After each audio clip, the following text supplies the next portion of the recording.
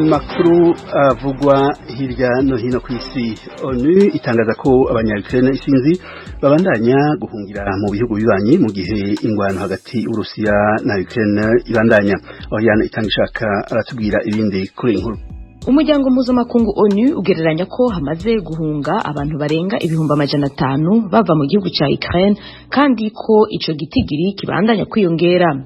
Imirongo miremire y'imiduga itwaye impunzi iriko igenda igana imipaka y'ibihugu vya Hongrie, Slovakia, Romania n'igihugu kitari mu bumwe bwa Buraya ca Moldavia. Izindi mpunzi ziriko zijabuka imipaka n'amaguru zitwaye imizigo yabo zigana mu bihugu bigize ubumwe bwa Buraya. Uwundi mugwi w'impunzi amajana n'amajana wakiriwe mu kibanza kiri mu kigwati ca Bergsorani muri Hongrie aho barindiriye imiduga yobatwara mu gihugu hagati. Nyinshi mu mpunzi zakiriwe mu kibanza ca Bergsorani co kimwe n'ibibanza vyinshi vyo mu buseruko bwa Buraya zituruka mu gihugu c'Ubuhindi, Nigeria n'ibindi bihugu vyo muri Afrika. Abo banyamahanga bari basanzwe muri ico gihugu kwigayo no gukora igihe intambara yatera. Igihugu ca Hongrie giheruka kugurura imbibe zaco congera gitegekanya ikibanza co kubitaho kugira bakire izo mpunzi harimwo n'abantu bahora baba muri Ukraine ariko bakaba baturuka mu bindi bihugu. Abo bandi bantu bahora baba muri Ukraine bemererwa kwinjira muri Hongrie iyo babashije kwerekana ko bafise uburenganzira bwo kuba muri Ukraine. Urakoze Oriane. Umukozi mukuru mu vyerekeye imigenderanire y'Ubushinwa n'amakungu yasabye Amerika gukora intambwe kurushiriza mu mubano mu gihe ivyo bihugu bitavuga rumwe ku kibazo ca Taiwan, ubucuruzi n'ibindi. Inkuru dushikirizwa na mugenzi wacu Jeffrey Mutagoma.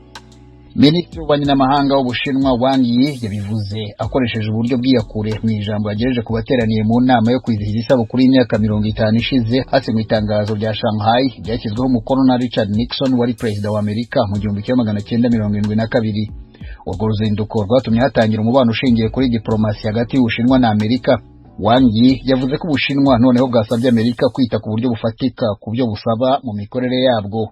Umwe mu bitabiriye iyo nama, Jacob Lew, wahoze ari minisitiri w'imari muri Amerika, yavuze ko umubano hagati y'ibihugu byombi wahungabanywa gusa nuko habuze ubushake bwo kubahiriza ibisabwa n'amategeko mpuzamahanga. Urakoze Jeffrey, tugushimire rero. Abanyagihugu b'Uburusiya barahanganye n'ikibazo c'ibiciro bishobora kwiyongera mu gihe ifaranga rikoreshwa muri ico gihugu ibandanya guta agaciro kubera ibihano Amerika n'ibihugu vy'Uburaya vyafatiye ico gihugu. Idonero y'inkuru n'ubundi Jeffrey Mutagoma. Perezida Vladimir Zelensky wa Ukraine yasabye umuryango umwe bw'Uburayi kwemerera igihugu cye kuba umunyamuryango vuba na bwangu. Imishyikirano hagati y'intumwa z'Uburusiya na Ukraine yabaye hafi y'umupaka wa Ukraine na Belarusiya. Ibiro vya Perezida Zelensky byatangaje ko intumwa za Ukraine muri iyo mishyikirano harimo Minisitiri w'Ingabo Oleksiy Reznikov n'umujyanama wa Perezida Mikhailo Podolyak. Umunyamabanga mukuru wa OTAN, umuryango wo gutabarana hagati ya Amerika n'ibihugu by'Uburayi, Hans Stoltenberg, yavuze ko yaganiriye kuri telefone na Perezida Volodymyr Zelensky akamushimira ubutwari bw'ingabo za Ukraine. Yanditse ku rubuga rwa Twitter ko ibihugu byo mu muryango wa OTAN bigiye kongera uburyo bwo gushyigikira Ukraine bitanga ibisasu bikingira za misile n'ibirasi bimodoka by'intambara ndetse igatanga uburyo bw'amafaranga n'izindi mfashanyo zigenewe abaturage. Hagati aho kuri uyu munsi wa gatanu intambara itangiye, Uburusiya bukomeje guhura n'igitutu cy'amahanga mu bya diplomasi. Ifaranga ry'Uburusiya ryatakaje agaciro ku rugero rwo hasi kuruta ikindi gihe cyose. Umuryango w'abibumbye nawo urakoranye inama yihutirwa yo kuganira ku kibazo cy'intambara hagati y'Uburusiya na Ukraine. Abajejwe amagara y'abantu muri Hong Kong bamenyesha ko bashobora gufata ingingo zirimo guhagarika uruja n'uruza rw'abantu. Hari inkuru mu kanya mbona itaraboneka ariko iyo nkuru gushika turayirindye mu kanya. Reka tubashikirize inkuru turavuga. Abajejwe amagara y'abantu muri Hong Kong bamenyesha ko bashobora gufata ingingo zirimo guhagarika uruja n'uruza rw'abantu mu ntumbero yo guhagarika ikwiragira ry'ikiza ca COVID-19 cabaye ndanse. Inkuru ya Oriane Itangishaka agiye kudusomera. Hong Kong ivuga ko ibitigiri bafise kuri uno munsi wa mbere by'abantu bashasha baheruka kwandura umugera wa corona bishika ku bihumbi 34,466. Abategetsi bavuga ko guhagarika uruja n'uruza biri mu migambi yabo, naho bari baheruka kuvuga ko kubikora ari ingingo yoba idatomoye na gato. Hong Kong ni gisagara kibangamiwe n'umugera wa corona, cyane cyane ubwoko bwa Omicron. Ibitigiri by'abandura biheruka kwiyongera inshuro 4 mu kiringo c'indwi imwe, ni mu nyuma yaho mu ndwi heze bari baratangaje ko handuye abantu 7,500 bonyene. Mu kiganiro n'amenyesha makuru, Albert Ayu, umuyobozi w'ibiro bijejwe amagara y'abantu, yavuze ko abona ko ibitigiri by'abandura umugera wa corona bigiye kugwira inshuro 2 buri minsi 3 kandi ko bigiye kubandanya vyiyongera. Hong Kong ni gisagara cyatangaje ko abantu 87 bamaze kwitaba Imana kandi ko 67 muri bo batari barikingije. Bitegekanijwe ko abayobozi bajejwe amagara y'abantu bashobora gufata ingingo zishobora kuba zirimwo ugusaba abantu kuguma mu ngo zabo, ivyo bigakogwa bicishijwe mu itegeko canke mu bundi buryo.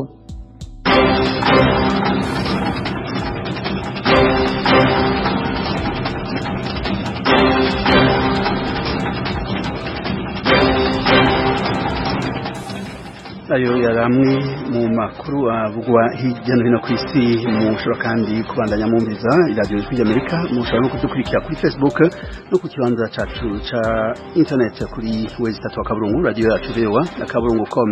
Mukanya amakuru mu biyaga binini.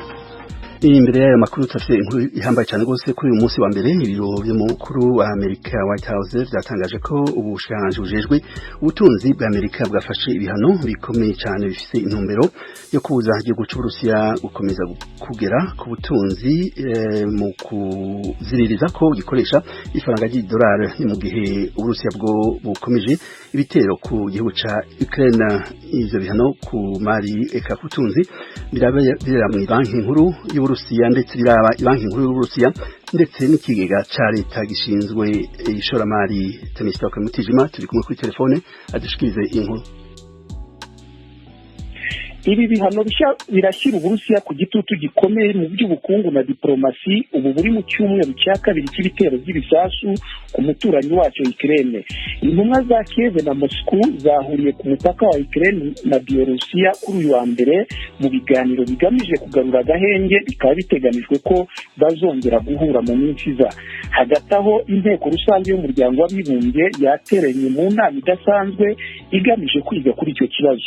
Ibyo biraba mu gihe ibifaranga by'Uburusiya ryatakaje agaciro ku kigero kitari bwabeho mu bihe byatambutse. Mu gihe mu gitondo cyo kuri uyu wa mbere umwe mu bategetsi ba hafi ya perezida wa Amerika Biden yabwiye abanyamakuru ko ibi bihano byafatiwe ububiko bw'ingenzi bwa perezida Putin muri iyi ntambara biza kugira ingaruka zikomeye.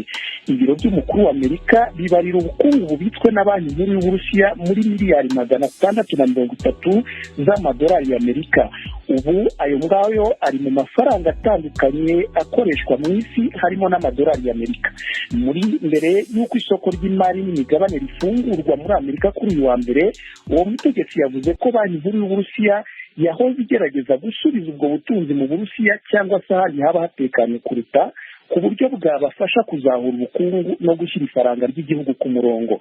Uwo mutegetsi wa Amerika wo mu biro bya Biden yagize ati, itangazo ry'uyu munsi ribuza kugira ubucuruzi banki nkuru y'Uburusiya ndetse n'ikigega cya leta y'imari riraza kubambura ubushobozi bwo gukora ibyo no kubabuza kongera kugera ku bubiko bw'abarirwa mu mamiliyari y'amadolari bitewe n'ibikorwa byacu. Ni ukuvuga ibikorwa bya Amerika, aha niko avuga, ntibari bubashe kugera ku butunzi bafite bwabo buri muri Amerika n'ahandi bwaba bubitse mu madolari y'Amerika.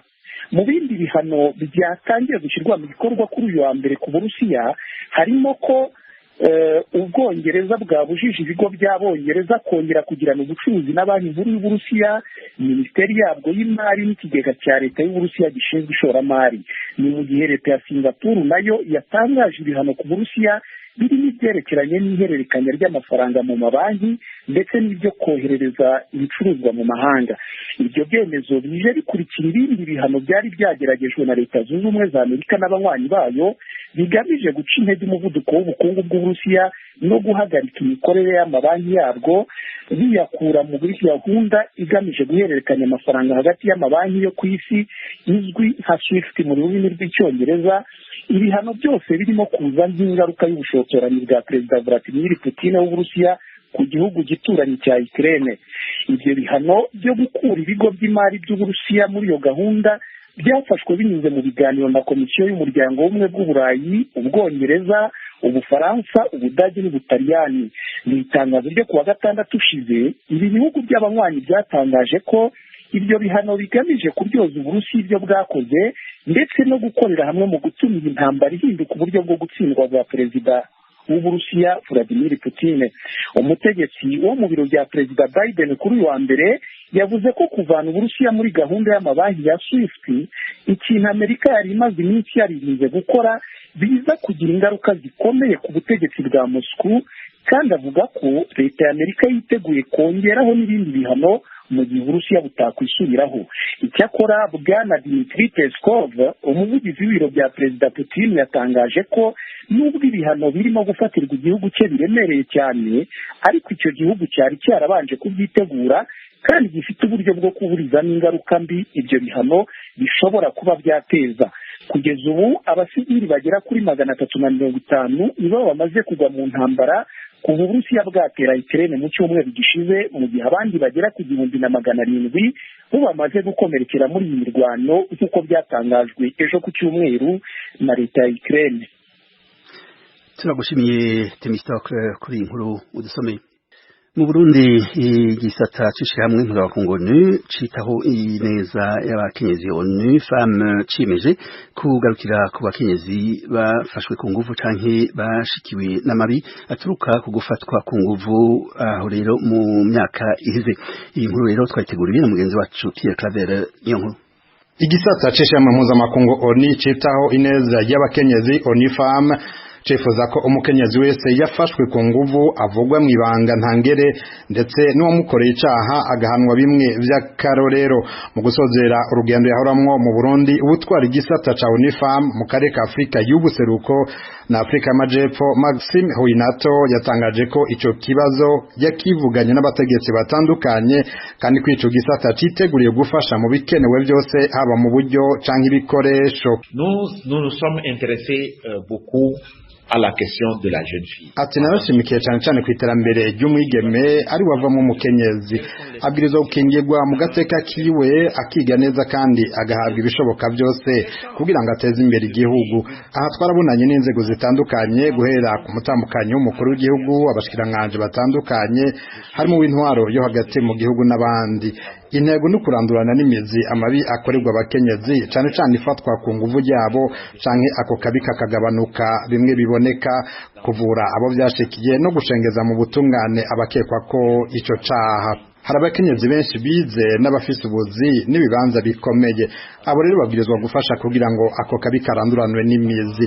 Twebwe tuzotanga ibikenewe bwabo buryo canke ibikoresho, kuko abakenyezi iyo bakingiwe barateza imbere igihugu. Compétence. Mu bibazo bikomeye amashami y'abakenyezi n'abakingira agateka kabo bamushikirije harimo ikibazo cy'ibimenyetso mu butungane bidakunda kuboneka mu gihe wafashwe ku nguvu yitwariye uwakeka ko icaha. Aha UNIFAM yemeye ko yiteguriye gufasha kubaka ikigo c'ubuvuzi cotanga ivyo bimenyetso. Bicimangirwa na Jeannette Kem atwara UNIFAM mu Burundi mu kiganiro n'abamenyesha makuru. Là, vraiment, il y a ce qu'on appelle forensic medicine. Ati ni kibazo gikomeye natwe kiraturaje ishinga. Hari bigusanga bitanga ibimenyetso by'abafashwe ku nguvu bikoreshwa kandi vyemerwa n'ubutungane. Mu karere ka Afrika y'ubuseruko kirahari i Kampala mu Buganda, kandi niyo UNIFAM yacubakishije. no ngaha rero turiteguye gufasha muri ubwo buryo. Mu kurindira turakorana n'ikigo Humura cakira bakorewe amabi ashingiye ku gitsina. Ibikenewe byose kugira ngo umukenyezi yiture ubutungane yongera avugwe turabitanga, turabifite no mu migambi. Ibi byofasha kugira n'ababikora babone ko ibimenyetso bitazozimangana. Umuhari w'abakenyezi baharaniye amahoro n'umutekano Mouvement des femmes et filles pour la paix et la sécurité ubona ko ayo mabi abandanya gukorerwa abakenyezi kubera kudahana ivyaha. Imakire Hunja arongoye uwo muhari. Mu Burundi ayo mabi sagaseseshwa rumuri kandi arabangamiye amagara y'abakenyezi n'abigeme mu gihugu. Habaye amaraporo menshi yerekanye ko no mu bagirizwa amabi akorezwa abakenyezi abigeme harimo abategetsi bo mu nzego za leta. Amwe muri abo mabi akaba ari no mu vyaha bihanwa n'amategeko mpuzamakungu. Guhasha ayo mabi afatiye ku gitsina haba mu buzi, mu mico kama, mu mashuri, muri za kaminuza, eka no mu buzi bwose bw'igihugu. Ariko uko tubibona hakugabanuka, hagutuza ayo mabi abandanya akogwa mu gihugu. Icyo dusaba rero